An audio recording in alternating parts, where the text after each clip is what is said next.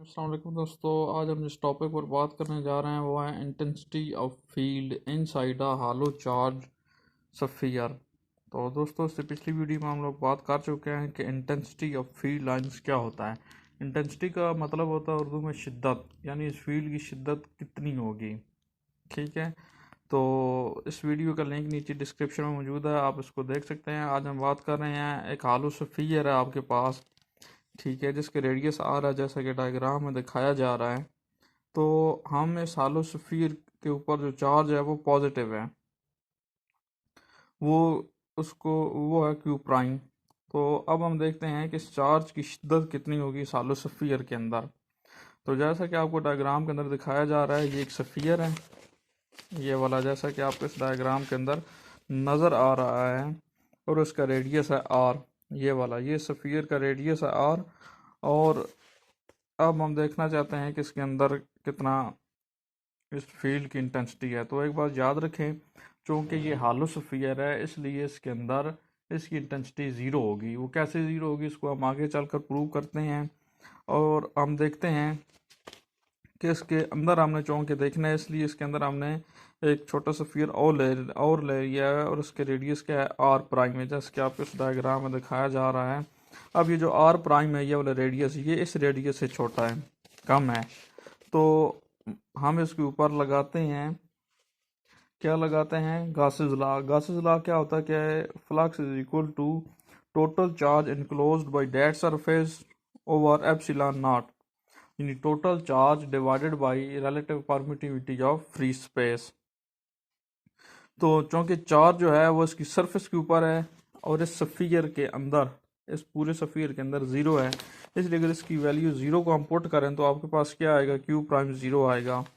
अब according to आप देखें कि इलेक्ट्रिक फ्लक्स किसके इक्वल होता है, वो होता है phi of E is equal to, ये ज़ीरो होगा, वो होता है ई डॉट ए। ठीक है, अब आपके पास ए क्या है, एरिया है, और ई आपके पास क्या है, इलेक्ट्रिक फील्ड है।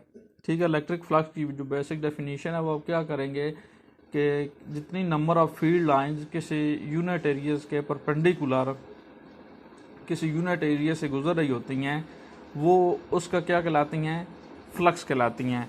तो यहाँ पे जो आपके पास ई है वो इलेक्ट्रिक फील्ड लाइन है, और ये आपके पास क्या है, एरिया है। अब एरिया कभी भी ज़ीरो नहीं हो सकता किसी का भी। अगर इसी सफ़ियर को देख लें, इसी आलो सफ़ियर को, तो उसको कुछ ना कुछ तो एरिया होगा। ठीक है, इसका वॉल्यूम है, ठीक है, तो एरिया कभी भी ज़ीरो नहीं होगा। तो आपके पास क्या ज़ीरो होगा, ई ज़ीरो हो जाएगा।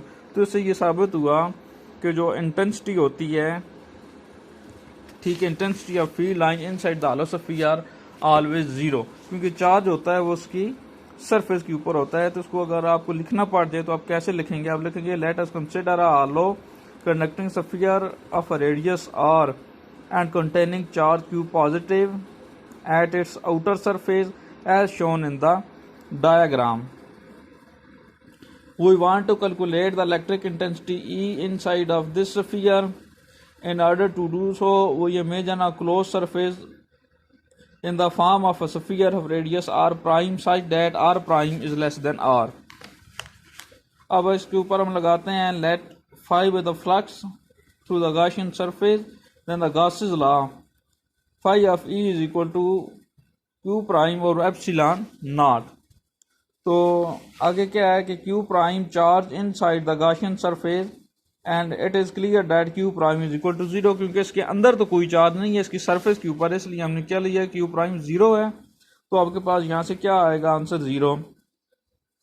अब यहाँ से आपने क्या कहा, ई ए इज इक्वल टू ज़ीरो, जबकि ए जो है एरिया ये ज़ीरो नहीं होता, और आपके पास ई क्या होगा, ज़ीरो होगा। तो इससे हम क्या कहते हैं, thus the interior of a hollow charge metal sphere is a charge free region, यानी आपके पास जो भी है इंटीरियर है किसी स्फीयर का, वो क्या होता है, चार्ज फ्री होता है, यानी उसके अंदर जो आपके पास ई की वैल्यू आएगी वो ज़ीरो आएगी।